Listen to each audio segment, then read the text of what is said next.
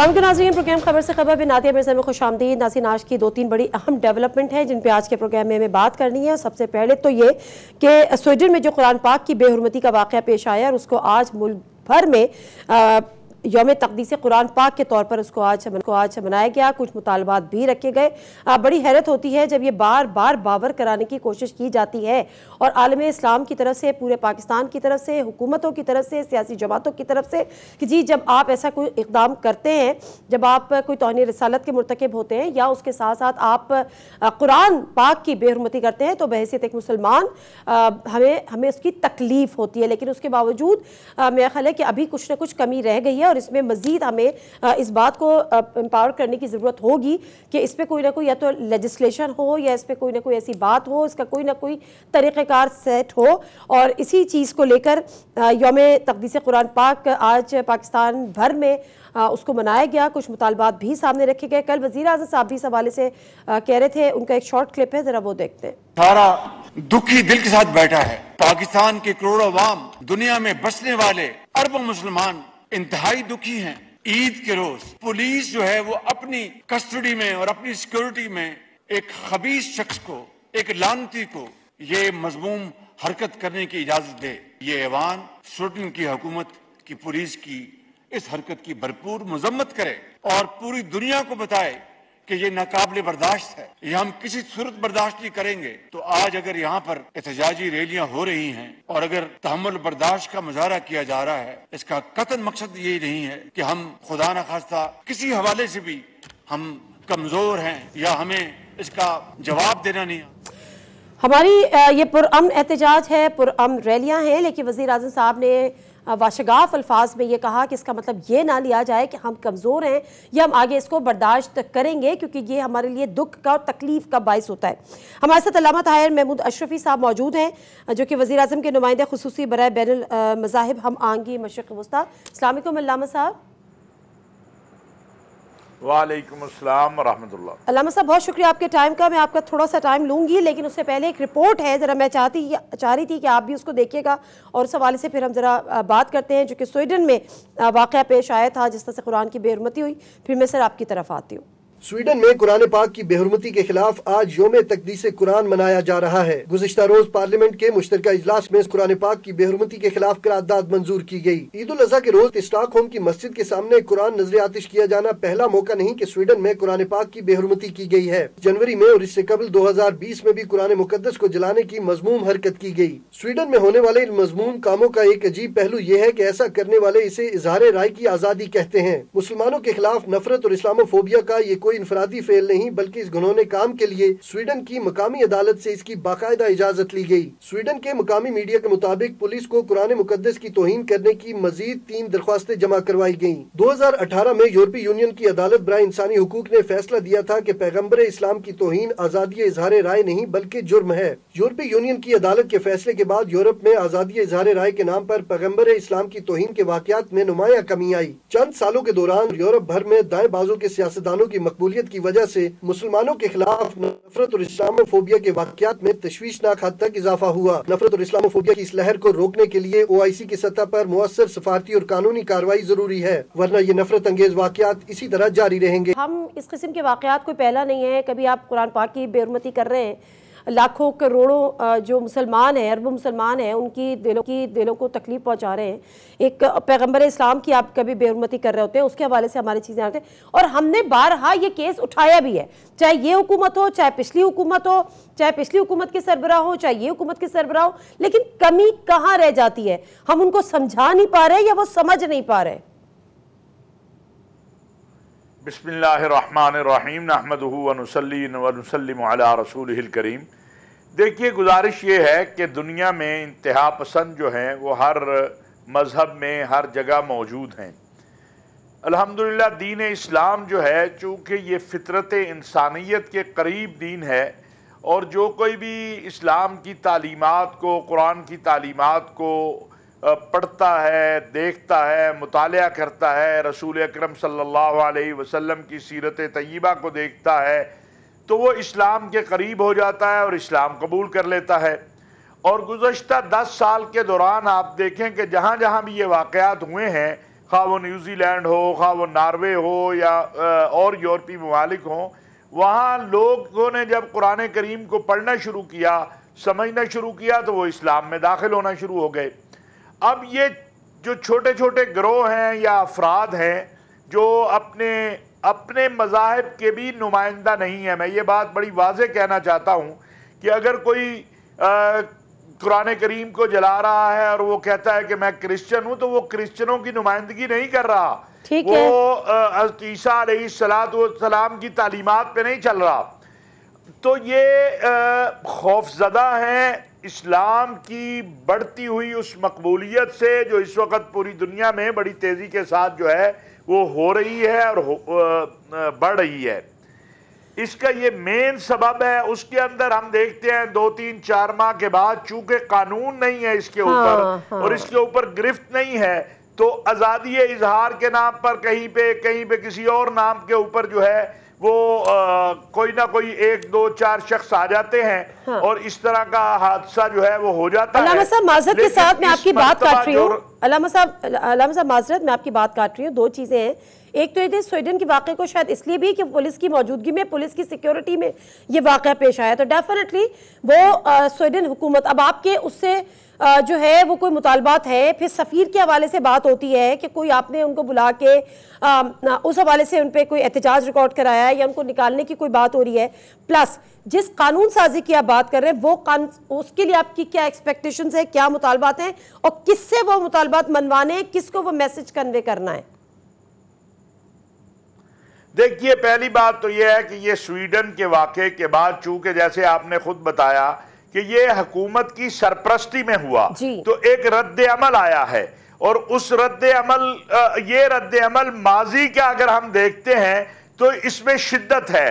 और ये OIC का इजलास पाकिस्तान, सऊदी अरब और सऊदी अरब ने, ईरान ने, बाकी जगहों पे जिस तरह स्वीडन के सुफरा को बुलाकर उनको एहतजाज रिकॉर्ड करवाया गया, और जो हम कानून साजी की बात करते हैं वो खाली हम सिर्फ ये नहीं कह रहे कि आप मोहम्मद अरबी सल्लल्लाहु अलैहि वसल्लम की नामूस का और कुरान का हमें कानून दे, हम तो कह रहे हैं कि तमाम जो आसमानी मज़ाहिब हैं, आसमानी कुतुब हैं, तौरात है, इंजील है, ज़बूर है, कुरान करीम है, इसी तरह तमाम अंबिया जो हैं, हज़रत मूसा है, हज़रत ईसा है, हज़रत इब्राहीम है, मोहम्मद रसूलुल्लाह सल्लल्लाहु अलैहि वसल्लम है, इनकी नामूस और इज्जत के लिए आलमी सतह पे अक़वाम मुत्तहिदा के तहत एक कानून साजी हो और जिसमें इसको जुर्म करार दिया जाए। आपका ये मुतालबा किससे है? कामयाबी हासिल हुई है।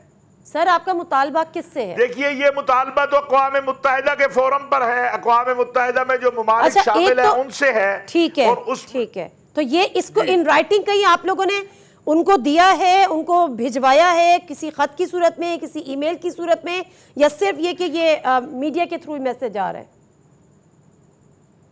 नहीं, देखिए, पहला मरहला जो था वो ये था जिसमें हमें कामयाबी हुई इस्लामोफोबिया के हवाले से, जो हमारी करारदाद थी पाकिस्तान की, जिसको OIC ने भी हिमायत की, चाइना ने, कनाडा ने, रूस ने, वो मंजूर हुई और 15 मार्च एक दिन मुकर्रर हो गया इस्लामोफोबिया के खिलाफ। अब ये OIC के प्लेटफार्म से ये मुतालबा जो है वो आगे बढ़ रहा है और उस प्लेटफार्म से इस पर बात हो रही है। और अगर आप आज देखें, हमारे वजीर आजम साहब ने भी इस पर बात की है, तो अब हमें बड़ी उम्मीद है कि ये मुतालबा लेके जब अक़वाम मुत्तहिदा में कोई भी इस्लामी मुल्क या पाकिस्तान जाता है OIC के ताउन से, या OIC का नुमाइंदा जाता है और उसमें OIC मुमालिक की तायीद होती है, तो इंशाअल्लाह इसमें भी हमें कामयाबी होगी। ठीक है, ये जो 15 मार्च का है अल्लामा साहब, जो 15 मार्च का आप हवाला दे रहे हैं, ये पिछली हुकूमत में और पिछले वजीर आजम PTI के चेयरमैन, उनके दौरे हुकूमत की बात कर रहे हैं हम? बिल्कुल, मैं उनके दौरे हुकूमत की बात कर रहा हूँ। देखिए, कोई भी, मैं आज आपको यहाँ वक्त कम है लेकिन मैं ये बात अर्ज करूँ कि पहले महीने में हम सऊदी अरब जब गए थे इमरान खान साहब के बाद शहबाज शरीफ साहब, तो बिलावल भुट्टो जरदारी साहब और शहबाज शरीफ साहब और मैं मौजूद थे। तो बिलावल भुट्टो ने कहा था कि इस्लामोफोबिया पे जो काम माजी से होता हुआ आया है हम उसको लेके आगे बढ़ेंगे। अगर कोई अच्छा काम इमरान खान साहब ने किया है या नवाज शरीफ साहब ने किया है या शहबाज शरीफ साहब कर रहे हैं तो उसे लेके आगे बढ़ना चाहिए। बिल्कुल दुरुस्त, ये हमारा मुश्तरका मसला है। बिल्कुल, मामला सियासी नहीं है, मामला मजहबी है और मामला हमारे दीन का है, तो इसमें मेरा ख्याल है ये कोई डिफ्रेंशिएट तो हो ही नहीं सकता कि कौन किस सियासी जमात का सरबरा है या कौन कब वज़ीर आज़म था। एक मुश्तरका एफर्ट्स और एक कलेक्टिव एफर्ट्स हमें नज़र आनी चाहिए। बहुत शुक्रिया अलामा साहब आपके टाइम का। और बात हम शायद जिस तरह से पीटीआई के जो चेयरमैन हैं उन्होंने पिछली हुकूमत में ये इस्लामोफोबिया 15 मार्च को उसका कहा था और ये रियलाइज़ कराया था कि जब आप पैगंबर इस्लाम के ख़िलाफ़ कोई बात करते हैं तो हमें तकलीफ़ पहुंचती है। उसी तरह से उसी एफर्ट्स को लेकर आगे चलने वाली बात है और ये मुतालबा रखना कि कानून साजी, और बड़ी बेहतरीन बात की है अल्लामा ताहिर अशरफी साहब ने कि बात सिर्फ इस्लाम की हद तक भी महदूद नहीं है, या हमारा जो मुतालबा है वो सिर्फ इस्लाम की हद तक महदूद नहीं है। तमाम आसमानी जो किताबें हैं, तमाम आसमानी किताबों के जो मज़ाहिब हैं उनके हवाले से कानून साजी हो कि कोई किसी के जज्बात, मजहबी जज्बात मजरूर ना कर सके, कोई किसी भी मजहब की बेहुरमती ना कर सके। ब्रेक ले लेते हैं, ब्रेक से वापस आते हैं। तो आज IMF की एक टीम ने ज़मान पार्क विज़िट किया, चेयरमैन पीटीआई से मुलाकात की, उनके पूरे वफ़द से मुलाकात की। क्या एजेंडा था, क्या तय पाया, मुख्तसर सा ब्रेक, वापस आते हैं, जानते हैं।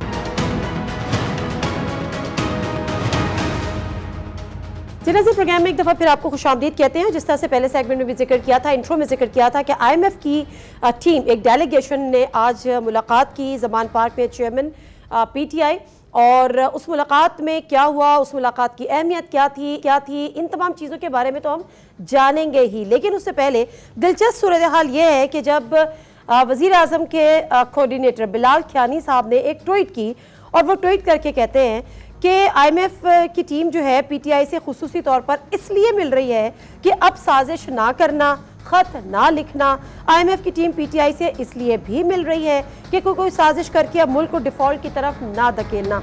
तो बड़ी हैरत की बात है और बड़ा नॉन सीरियस माजरत के साथ स्टेटमेंट्स हैं कि IMF की टीम ज़्यादा कंसर्न है हमारे मुल्क से और हमारे अपने मुल्क के लोगों से, हमारे पाकिस्तान से, हमारी हुकूमत से और हमारी सियासी जमातों से। ये आप खुद अपनी ट्वीट पे करके बता रहे हैं। रेस्ट जो ख़बरें सामने आई उसमें सामने यही आया कि जो पॉलिटिकल स्टेबिलिटी है, जो इकनॉमिक स्टेबिलिटी है, उसकी श्योरिटी के लिए, बहुत सारी दीगर चीज़ों के लिए, और उसके साथ साथ सिर्फ यही नहीं है कि पीटीआई के चेयरमैन से मुलाकात हुई है, वो पूरा एक डेलीगेशन था जिसने पीटीआई की तरफ से भी पूरा एक डेलीगेशन था, पीपल्स पार्टी से भी मुलाकात हुई, PMLN, ये तो तमाम हुकूमती जमातें हैं। लेकिन बहरहाल ये कम से कम अगर पीटीआई के हवाले से देखा जाए तो उनके लिए एक बड़ा रिलीफ था सो कॉल्ड कि उनकी प्रेजेंस को मैटर किया गया, जो हम देख रहे हैं कि वो माइनस की तरफ जा रहे हैं। IMF के जो कंट्री चीफ नितिन पोर्टर, उन्होंने वाशिंगटन से वीडियो लिंक के थ्रू ज्वाइन किया, और जो रेजिडेंट रिप्रेजेंटेटिव है ईस्टर प्रेस, उन्होंने वो डेलीगेशन में मौजूद थी।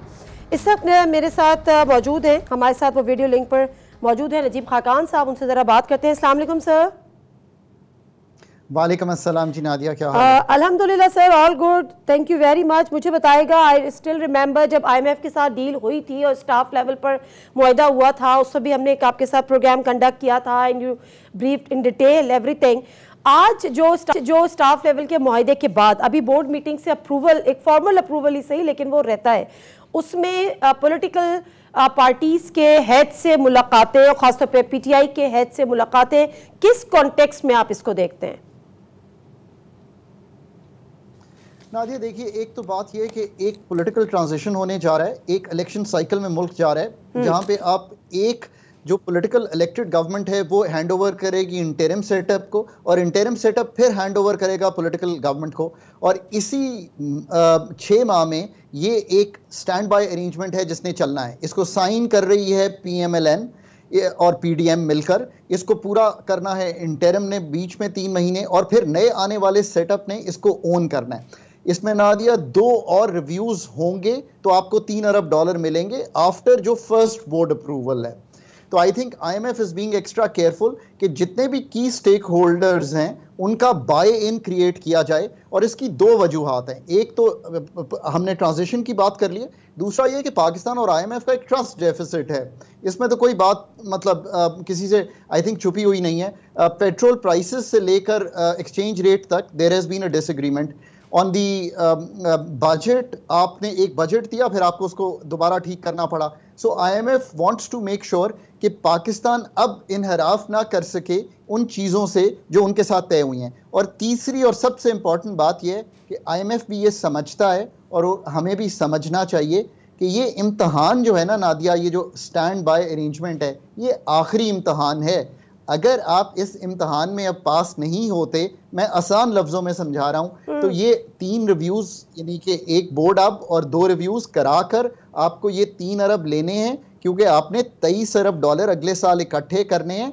एंड हैव नो डाउट आप IMF के बगैर इसको नहीं कर सकते। आप मेरे पिछले 14-18 माह के इंटरव्यूज़ देख लें, I think I have been the most vocal कि IMF से राह फरार है नहीं। नाउ आई से कि SBA is like your last option. इसको पूरा नहीं करेंगे एक और प्रॉब्लम खड़ी हो जाएगी, और वो ये है कि जो आने वाली गवर्नमेंट है ना नवंबर में, उसने एक एक्सटेंडेड फंड फैसिलिटी में भी जाना है। इस चीज़ को सब इंश्योर करने के लिए IMF इनसे मुलाकातें कर रहा है। मैं आपको वैसे पहले भी जिक्र कर देता हूं, क्योंकि मैंने ये दोनों प्रोग्राम पाकिस्तान के 13-16 का भी और ये भी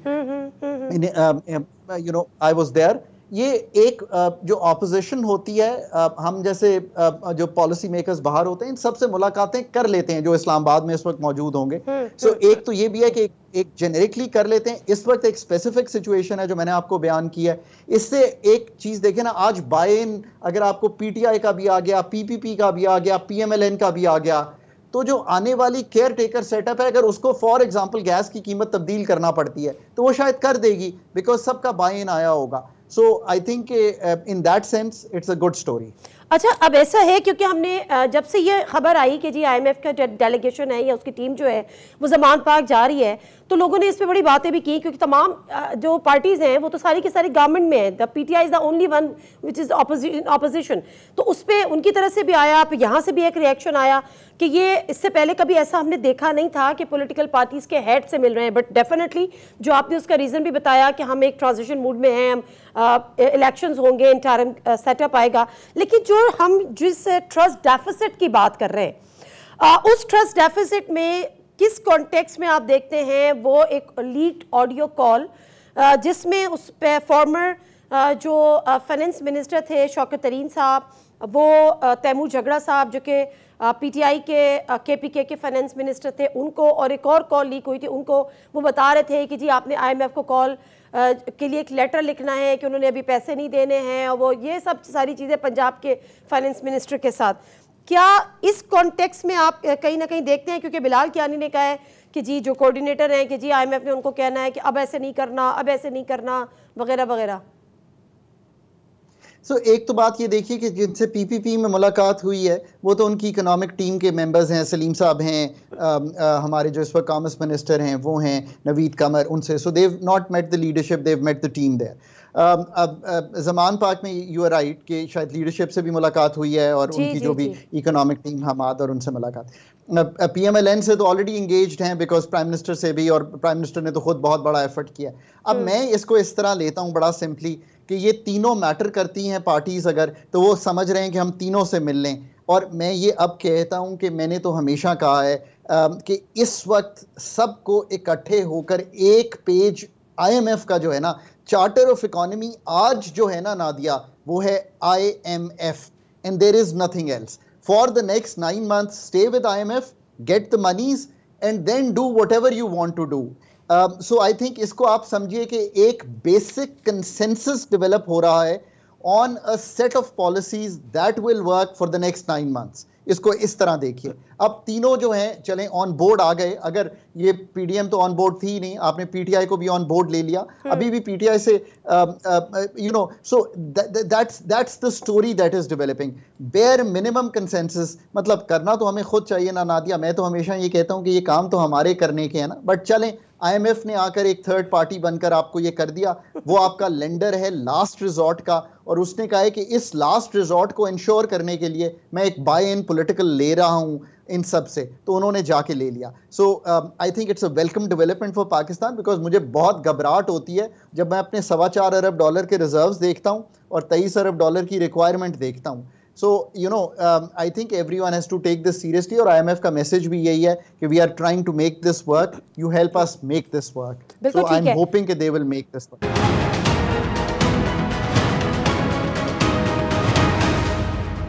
अच्छा, मुझे एक और बात बताएं, क्योंकि ज़मान पाक में जब मुलाकात हुई और मुलाकात के बाद हमाद अजहर ने एक छोटा सा एक राइटअप भी शेयर किया, डिफरेंट ग्रुप से भी ट्वीट भी किया। उसमें कहा कि वही दोबारा से पॉलिटिकल स्टेबिलिटी की बात हुई, इकोनॉमिक स्टेबिलिटी की बात हुई, फ्रेश इलेक्शंस की बात हुई और फौरी तौर पर जो ड्यू इलेक्शंस हैं उनके इनेकाद की बात हुई, क्योंकि हम ये देख रहे हैं ना कि there is still uncertainty, sorry to say, but शायद 2 दिन पहले तक जितनी थी शायद उतनी ना हो, but still there is assemblies कब टूटेंगी नोबडी नोज। पहले हो सकते हैं हम पहले तोड़ दें तो हमें 90 डेज मिल जाएंगे, बच्चों का खेल बनाया हुआ है ना माजरत के साथ, फिर हम अगर टाइम पे चले जाएंगे तो हमें 60 डेज मिलेंगे, एक दिन पहले तोड़ देंगे तो हमें 90 डेज मिलेंगे। अगर के पीटीआई की मकबूलियत में कमी हो गई तो फिर तो शायद इलेक्शन हो जाएंगे, ये भी एक परसेप्शन है और थ्योरी है, और अगर नहीं हुई तो हो सकता है हम 2024 में मार्च में लेके जाएं। तो आपको लगता है कि अब जो ये मुलाकातें हो रही हैं तो ये भी मेक श्योर कहीं ना कहीं कराया जा रहा होगा कि political stability is very important अगर आपको इकोनॉमिक स्टेबिलिटी और इकोनॉमिक रिफॉर्म्स या इकोनॉमिक बेहतरी चाहिए तो? Nadia, because I have interacted मतलब 12 टाइम्स, जब ये IMF से हमने 13-16 का किया, करंट प्रोग्राम में भी 3-4 रिव्यूज़ में। देखिए, मैं एक बात तो क्लियरली कहूँ कि वो कोशिश ये करते हैं कि वो बहुत ज़्यादा पॉलिटिकल जो गपशप है उसमें ना जाएं। इस वक्त चूंकि मुल्क इलेक्टोरल साइकिल में है तो ज़रूर बात हुई होगी कि इलेक्शन साइकिल लग रहा है, होगा, सब ने कहा होगा कि होगा। एक जेनेरिक व्यू अभी भी यही है कि अगस्त में sometime, like अगर 12th August is the date कि हम जाएंगे। So generically IMF wants to get that comfort. I think the comfort is being developed. Let me say this. But can I just say something? I think ये सारी बात इस पे चली जाती है कि ये political जो uncertainty है और political instability है और political will का स्पेशली कम होना जो है ये प्रोग्राम्स को डिलीवर नहीं करता। मैंने पाकिस्तान का 13-16 का वो वाहिद प्रोग्राम है जो कंप्लीट हुआ है। पाकिस्तान ने 21 प्रोग्राम जो है ना वो इनकम्प्लीट छोड़े हैं। मैं एक बड़ी ही एहतराम से और अपने बहुत ही तजर्बे से पाकिस्तान का भी और दूसरे ममालिक का भी ये कहता हूँ, पाकिस्तान जो प्रोग्राम्स इनकम्प्लीट छोड़ता है वो पॉलिटिकल जो विल की कमी है वो सिर्फ एक जुज़ है उसका।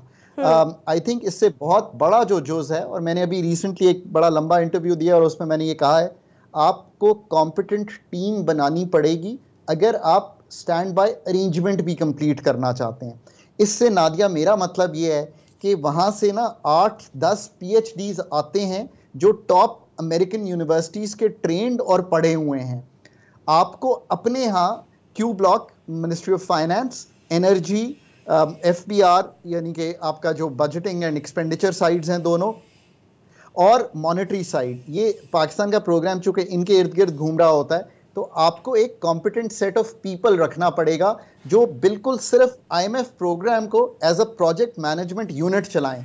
अगर ये नहीं करेंगे ना, आप जितनी मर्जी विल दे लें, आई थिंक कि आपको 21 बार डिफ़िकल्टी आई है और 22वीं बार हम अफोर्ड ही नहीं कर सकते। सो मैं ये सोचता भी नहीं हूँ कि हम इस डिफ़िकल्टी में जाएंगे। आई एम होपिंग कि ये पॉलिटिकल विल के साथ साथ, पॉलिटिकल सर्टेनिटी के साथ साथ, पॉलिटिकल स्टेबिलिटी के साथ साथ जो सबसे बड़ी जो पाकिस्तान में कॉम्पिटेंट विल का जो नेसेसिटी है ना, उसको भी पूरा किया जाए। I think that's how you will do this program. इस वक्त मुज़म्मिल असलम साहब भी हमारे साथ मौजूद हैं जो कि उस मीटिंग में भी मौजूद थे जब IMF के वफ्द ने PTI के चेयरमैन के साथ मुलाकात की, उनके पूरे वफ्द के साथ मुलाकात की। अस्सलाम वालेकुम मुज़म्मिल असलम साहब। जी वालेकुम सलाम। मुज़म्मिल असलम साहब, जरा मुख्तसरन हमें बताइएगा कि आज की मीटिंग में क्या हुआ, क्या डिमांड्स थी, क्या IMF के डेलीगेशन की टीम की, और एजेंडा क्या था आपसे मीटिंग का?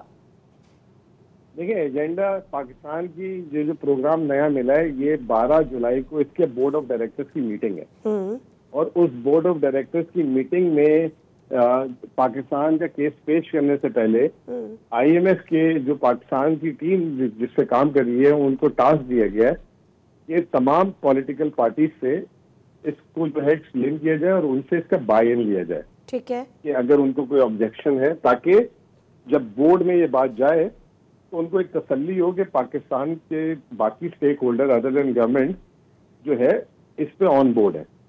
तो उस सिलसिले में वो आए थे और उन्होंने जो है इस प्रोग्राम की तफसीलात दी थी। उस पे हमने उनसे सवालात किए बहुत सारे और उस पे जो है उन्होंने हमसे एग्री किया कि पाकिस्तान की माशी हालात बहुत खराब है और उन्होंने ये भी कहा कि इस हुकूमत के काफी मिस स्टेप्स की वजह से चीजें काफी खराब हो गई हैं।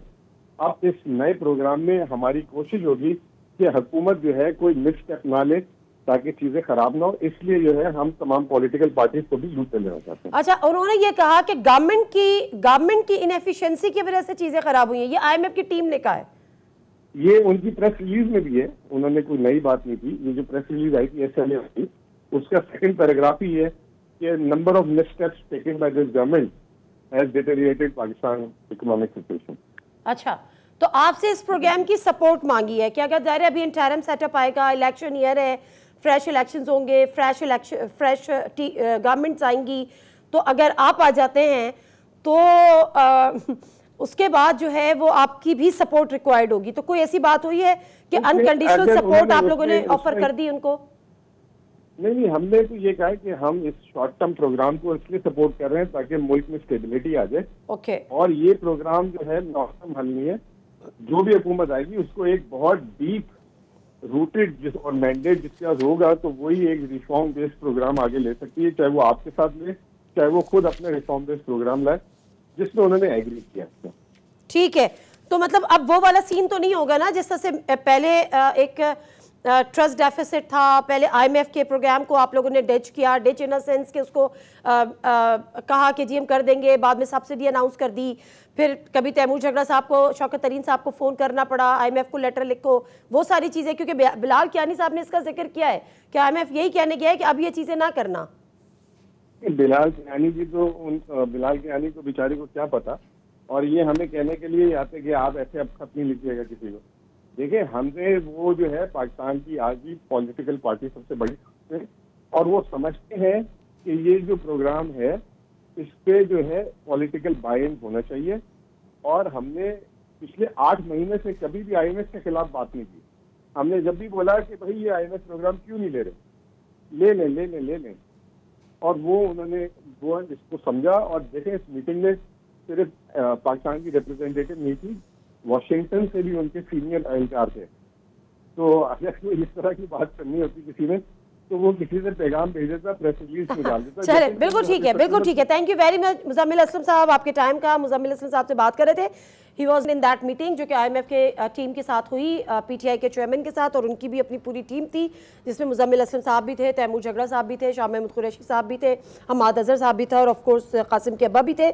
तो उसमें एक चीज़ जो हम तक कम अज़ कम पहुँची है, ऑफ द रिकॉर्ड आप कह लीजिए, कि PTI के चेयरमैन ने, यानी PTI ने अनकंडीशनल सपोर्ट IMF को दे दी है और उनको यकीन दहानी करा दी है कि आपके इस प्रोग्राम की PTI की तरफ से अनकंडीशनल सपोर्ट होगी। अब यहाँ पे हम मुख्तसर सा ब्रेक ले लेते हैं और ब्रेक से वापस आएंगे तो ज़रा गिलगित बल्तिस्तान का अहवाल जानेंगे, क्योंकि वहाँ पर भी हालात सही नहीं है। इस जमहूरियत के होते हुए वहाँ पर असेंबलीज को सील किया जाता है। जब नए इलेक्शन की बात आती है, CM के वोटिंग की बात आती है, क्या सूरत हाल है। वहाँ के जो पहले के CM थे वो नाअहल हो चुके हैं, जाली डिग्री पे खालिद खुर्शीद साहब। अब 13 जुलाई को वहाँ पर CM की वोटिंग होगी। क्या हालात चल रहे हैं, ब्रेक लेते हैं, ब्रेक से वापस आते हैं, इस पर बात करते हैं।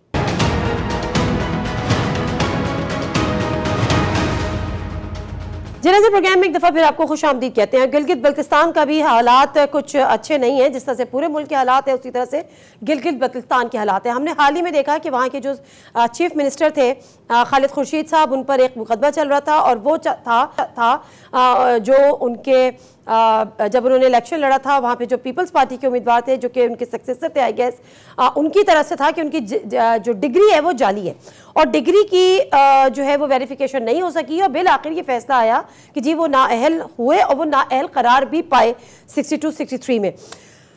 उसके बाद क्या हुआ, असल कहानी वहाँ से शुरू होती है, क्योंकि उसके बाद वेरी नेक्स्ट डे इजलास तलब किया गया, और इजलास इसलिए तलब किया गया कि जी फौरी तौर पे हम वोटिंग कर लेते हैं। और जो PTI के चेयरमैन है, चूँकि उनका ताल्लुक PTI से था, खालिद खुर्शीद साहब का, उन्होंने एक और नाम राजा आजम साहब जो है उनको उन्होंने नॉमिनेट भी कर दिया। और वेरी नेक्स्ट डे सब वहाँ पर पहुँचे कि जी हम वोटिंग करा लेते हैं, लेकिन वहाँ पर पुलिस ने उसको सील कर दिया था। मामला क्या था, सिक्योरिटी क्लियरेंस नहीं मिल रही थी, सिक्योरिटी थ्रेट्स थे, इस पे तो ज़रा हम बात करेंगे। लेकिन असल जो चीज़ है वो ये कि अब वहाँ पर नए इलेक्शंस होने हैं, यानी CM के लिए वोटिंग होनी है कि अगला चीफ मिनिस्टर वहाँ पर कौन होगा। गिलगित बल्तिस्तान, अब वो 13 जुलाई को होगा और 12 जुलाई तक अपने कागजात आप जमा करा सकते हैं। गिलगित बल्तिस्तान जो असेंबली में जो पार्टी पोजीशन है वो क्विक मैं आपके सामने रख देती हूँ और उसके बाद फिर इस पर आगे। गिलगित बल्तिस्तान असेंबली की 33 अरकान पर मुश्तमिल है ये असेंबली। नए वजीर आला को कामयाबी के लिए 17 वोट दरकार होंगे। जीबी असेंबली में तहरीक इंसाफ अरकान की तादाद 19 है। मुत्तहिदा वहदत मुस्लिमीन के अरकान की तादाद 3 है। तहरीक इंसाफ, इत्तेहादी, मुत्तहिदा वहदत मुस्लिमीन के टोटल अरकान मिला के 22 हो जाते हैं। फिर इस पर पाकिस्तान जो कि अपोजिशन है फिलवक्त, पाकिस्तान पीपल्स पार्टी के 4 हैं, मुस्लिम लीग नून के 3 हैं, तहरीक इस्लामी का 1 है, JUIF का 1 है, आज़ाद अरकान की तादाद 1 है और गिलगित बल्तिस्तान असेंबली में PDM जमातों पीपल्स पार्टी के अरकान की टोटल तादाद 10 है। 17 चाहिए। और सबसे दिलचस्प बात यह है, जब मैं जमील नगरी जो हमारे नुमाइंदा खुसूसी हैं उन्होंने हमें ज्वाइन भी किया है गिलगित से। क्या हाल है जमील नगरी आपके? बिल्कुल ठीक मैडम। अच्छा जमील नगरी साहब, ज़रा मुझे पहले ये अहवाल बताइएगा, लेकिन उससे पहले ज़रा मैं जब आपसे गुफ्तगू भी कर रही थी तो अब जो असेंबली में जो वोट पड़ेंगे तो जो इत्तेहादी यानी जो आज़ाद अरकान थे असेंबली जिन्होंने सीट जीत कर PTI के साथ इत्तेहाद किया था, वहाँ पे फ्लोर क्रॉसिंग का जो कानून है जो 18वीं तरमीम के बाद वो वहाँ पर लागू नहीं होता। तो यानी अगर वो पार्टी के अपने मुनहरिफ अरकान भी पार्टी के खिलाफ CM पार्टी पॉलिसी के खिलाफ देते हैं तो उन पे फ्लोर क्रॉसिंग का कानून लागू नहीं होता और उनकी वो डिस्क्वालीफाइड नहीं होंगे, ऐसे ही है? जी बिल्कुल। आप चूंकि न सिर्फ जो PTI के टिकट पे जीतने के अलावा बाद में जिन कैंडिडेट्स ने विन करने के बाद PTI को ज्वाइन किया था, PTI के टिकट से जीतने वाले जो उम्मीदवार थे वो 12 थे। 6 उम्मीदवार ऐसे थे जो इंडिपेंडेंट जीत के शामिल हुए थे PTI में। लेकिन यहाँ मेन जो इशू है कि इवन PTI में या किसी भी पार्टी के साथ रहते हुए दूसरी पार्टी के किसी उम्मीदवार को वोट देने, यानी डिफेक्शन क्लास फ्लोर क्रॉसिंग का जो यहाँ पर कानून एप्लीकेबल नहीं है। एप्लीकेबल नहीं है। चले अब ठीक है, मैं अब जरा आती हूँ कि असेंबली के बाहर जिस वक्त स्पीकर साहब वहाँ पर पहुँचे कि जी हमने वोटिंग करा लेते हैं और नए CM को मुंतखब कर लेते हैं, लेकिन वो वहाँ तक तो गए, उनको अंदर दाखिल नहीं होने दिया गया। पता चला कि वहीं की पुलिस वहीं की असेंबली पे धावा बोल के उसको सील करके बैठी हुई थी। इवन कस्टोडियन ऑफ हाउस होता है जो speaker, he was not allowed to go in. क्या चक्कर था, क्या मामला था? देखिए जी, इसमें तो साफ नजर ये आ रहा था, एक तो जिस दिन खालिद खुर्शीद साहब को डिस्क्वालिफिकेशन हो गया कोर्ट से, और अगले रोज ही यानी सुबह 10 बजे तक किसी को नहीं पता था कि आज असेंबली का इजलास भी होगा और उसमें नया कायदे ऐवान का इंतखाब होगा। क्योंकि PTI के पार्लियामेंट्री कमेटी ने यह फैसला किया था कि वो इन सरप्राइज जो है अगले दिन ही इन्होंने फौरन बुलाना था और जो नया कायदे ऐवान का इंतखाब करना था। उनके पास चूंकि अक्सरियत मौजूद थे और उन्होंने नॉमिनेट किया था राजा आजम साहब को, और जब ये सुबह पता चला अपोजिशन मेंबरान को तो उनको भी शौक हो गया क्योंकि उनकी कोई तैयारी नहीं थी। और उसके बाद जो है वो चले गए कोर्ट की तरफ, सुप्रीम अपीलेट कोर्ट की तरफ, वहां से स्टे लेने के लिए। और दूसरी तरफ देखा तो असेंबली में जो है पुलिस इंटर हो गए और वहाँ मौजूद जितने भी सहाफ़ी स्टाफ थे उन सबको बाहर निकाला और इवन मेंबरान असेंबली के लिए आने जाने पे बड़ा यानी उनके लिए रुकावटें थी। तो उसी दौरान 3 बजे वोटिंग का टाइम रखा था। 2 बजे सुप्रीम अपीलेट कोर्ट ने स्पीकर को बुलाया। स्पीकर जब अपने सेक्रेटरीट से कोर्ट गया, कोर्ट से जब वापस आया तो उसको दरवाजे पे रोका और उसको अंदर जाने नहीं दिया और उस दौरान तलक कलामी हुई पुलिस के साथ। रजा रबानी साहब फ्लोर ऑफ द हाउस एक दफा फिर इस चीज को कंडेम कर रहे थे और क्या उन्होंने कहा, ये छोटा सा क्लिप है, जरा सुनते हैं। मैं इस बात की शदीद मजम्मत करना चाहता, पुलिस ने जिस तरीके से गिलगित बल्तिस्तान की असेंबली को सील किया, ये पार्लिमानी तारीख के अंदर सियाह तरीन इकदाम था। ये अफसोस से कहना पड़ता है जनाब स्पीकर कि ये ऐवान और मेरा ऐवान खामोश रहे जब पंजाब असेंबली के अंदर फ्लोर के ऊपर पुलिस पहुंच गई। अगर उस वक्त पाकिस्तान की डेमोक्रेटिक फोर्सेस खड़े होके बात करती जनाब चेयरमैन, तो ये कल का वाकया ये ना होता। These are warning signs for your democracy. अगर पार्लियामान पुलिस तशद्दुद से महफूज नहीं जनाब चेयरमैन, तो एक आम शहरी पुलिस तशद्दुद से किस तरह महफूज? अच्छा जमील नगरी साहब, अब मुझे जरा ये बताएगा कि अब जो मामलात हैं, बड़ी हैरत की बात है कि कस्टोडियन ऑफ द हाउस जो होते हैं स्पीकर, खुद वो इस चीज़ से लाइल्म थे कि अंदर सिक्योरिटी के कोई इशूज़ हैं और सिक्योरिटी थ्रेट है, और वजह यही बताई गई कि जी वो कुछ सिक्योरिटी है, कोई बॉम्ब वगैरह की भी यहाँ तक की बात कर दी। तो अब मामलात जो है वो पीटीआई के कितने ऐसे लोग हैं जो कि आप समझते हैं कि जब 13 को वोटिंग होगी तो कितने % चांस हैं? क्योंकि जाहिर सी बात है जिस दिन वोटिंग होनी थी और वोटिंग नहीं होने दी गई, इसका मतलब है कि जिन्होंने तैयारी की थी वो तैयार नहीं थे। तो अब जब 13 तारीख को वोटिंग होगी तो आपको क्या लगता है कि आप एक दफ़ा फिर जो चीफ मिनिस्टर है वो पीटीआई का हो सकेगा जीबी में? जी देखिए, जिस दिन वोटिंग होना था असेंबली में उस दिन नहीं हुआ, यानी आज दूसरा दिन है, लेकिन सिनेरियो इतना चेंज हो गया कि 2 दिनों में ही 2 नए ग्रुप सामने आ गए। एक हाजी गुलबर साहब के जो क़यादत में एक ग्रुप ने ऐलान किया, दूसरे जावेद मनवा साहब ने भी एक लाइक माइंडेड ग्रुप का ऐलान किया। तो इससे और ये न सिर्फ यही 2 ग्रुप्स बल्कि ग्रुप्स के अंदर ग्रुप्स की बातें भी चल रही है, ठीक है। लेकिन सुनने में यह आया है कि यहाँ पर कोलिशन गवर्नमेंट बन रही है, पीटीआई की गवर्नमेंट यहाँ पे अब बनती दिखाई नहीं देता।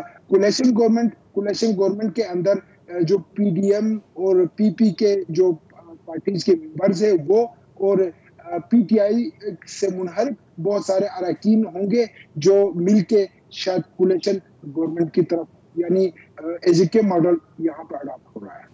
अच्छा, तो अब आप एक और वहां पर भी कोलिशन गवर्नमेंट देख रहे हैं जिसमें पीटीआई नहीं होगी, इसके लिए पीटीआई तैयार है? हाँ, अब पीटीआई के अंदर इतना इंटीग्रेशन यानी डिसइंटीग्रेशन है कि अब जो है हर उम्मीदवार, हर मेंबर जो है आज़ाद है। अब जो है वो अपने हिसाब से लॉबिंग कर रहा है, अपने हिसाब से राब्ते कर रहा है। अब कौन किसके साथ है ये नहीं पता, क्योंकि पीटीआई के अंदर से ही खुल के ग्रुपिंग भी सामने आ चुकी है और उसके अलावा जो मेंबर्स है वो भी मुख्तलिफ कैंडिडेट्स के साथ राब्ते में है। अब वो मुकम्मल आज़ाद तौर पे अपना जो है रास्ते रखेंगे। ठीक है अब तो बहरहाल जो इलेक्शन होंगे 13 जुलाई को तो सब चीज़ें वाजे होंगी। वाजे तो खैर अभी भी हो गई हैं कि किस तरह से पूरी प्लानिंग हुई है, किस तरह से इंजीनियरिंग भी आप इसको कह सकते हैं, प्लान पूरा हुआ है। खालिद खुर्शीद साहब के हवाले से जो पीटीआई के अपने चेयरमैन हैं, उन्होंने एक ट्वीट की कि एक बेहतरीन सीएम थे। क्या खालिद खुर्शीद साहब जीबी के एक बेहतरीन सीएम थे? जी देखिए, ये पैमाना, बेहतरीन सीएम का पैमाना शायद इमरान खान का अपना था। उसके लिए सबसे बेहतरीन इसलिए था कि उसके बुरे वक्त में खालिद खुर्शीद थे जो उसके साथ खड़े रहे, गिलगित-बल्तिस्तान के सरकारी वसाइल को भी इस्तेमाल किया। और आपने देखा होगा कि लाहौर में जमान पार्क में उसकी सिक्योरिटी के लिए, उसके साथ जब वो कोर्ट में जाते थे उसके साथ गिलगित-बल्तिस्तान के सिक्योरिटी भी होती थी और वज़रा भी होते थे। लेकिन यहाँ पे गवर्नर 1.5 साल से इन पॉलिटिकल मकमसूम की वजह से बिल्कुल जो है मफलूज हो चुका था। और देखिए वो चीफ सेक्रेटरी साहब ने अभी ये 1.5 साल से सारे मामला वही चला रहे हैं। तो ये पॉलिटिकल अनसर्टेनिटी की वजह से जो गवर्नेंस पे तवज्जो नहीं थी सीएम साहब का, और उनकी पूरी जो है तवज्जो मरकज में और पीटीआई और इमरान खान के पॉलिटिकल मामलात में ज्यादा थे। इस वजह से उसकी तवज्जो यहाँ के मामलात में, यहाँ के लोगों के मसाइल में बहुत कम रहा है। अच्छा आप माजरत के साथ थोड़ा सा गला खराब है। जमील नगरी साहब ये बताएगा कि जिस तरह से आपने खुद कहा कि उनकी तवज्जो गिलगित के मसले मसाइल से ज़्यादा पीटीआई के चेयरमैन के साथ वो इतने करीब रहे, उनके सारे मामला देखते रहे, उनकी सिक्योरिटी के मामला देखते रहे, क्या ये उसी की कीमत है जो उन्होंने चुकाई है, उनको चुकानी पड़ी? जी बिल्कुल इमरान जो मेरे ख्याल में खालिद खुर्शीद साहब की ये कुर्बानी है। हालांकि उसको बड़े ऑफर्स भी मिले हैं और उसके साथ बड़े मुज़ाकरात भी हुए हैं, लेकिन वो इमरान खान के साथ सबसे ज्यादा लॉयल रहे हैं, इसमें कोई शक नहीं है। और उसने अपनी जो चीफशिप की पोजीशन भी इमरान खान साहब के लिए ही कुर्बान किया है। ठीक है, thank you very much Jameel Naqvi साहब, आपके टाइम का भी हमारे स्पेशल कॉरेस्पॉन्डेंट गिलगित की सूरत हाल से आगाह कर रहे थे, लेकिन हम इसके हवाले से कुछ कहेंगे कि गिलगित बल्तिस्तान में क्या हुआ। उससे बेहतर है कि हमने रजा रब्बानी साहब की बात सुनाई और उन्होंने आज वो उस चीज़ को कंडेम कर रहे हैं और आज ये रियलाइजेशन हो रही है कि अगर पंजाब असम्बली में उस वक्त पुलिस को दाखिल नहीं होने दिया जाता, पुलिस दाखिल नहीं होती और उस सब भी अगर हम इसी तरह से स्टैंड लेते तो आज ये सूरत हाल ना होती जो गिलगित बल्तिस्तान के।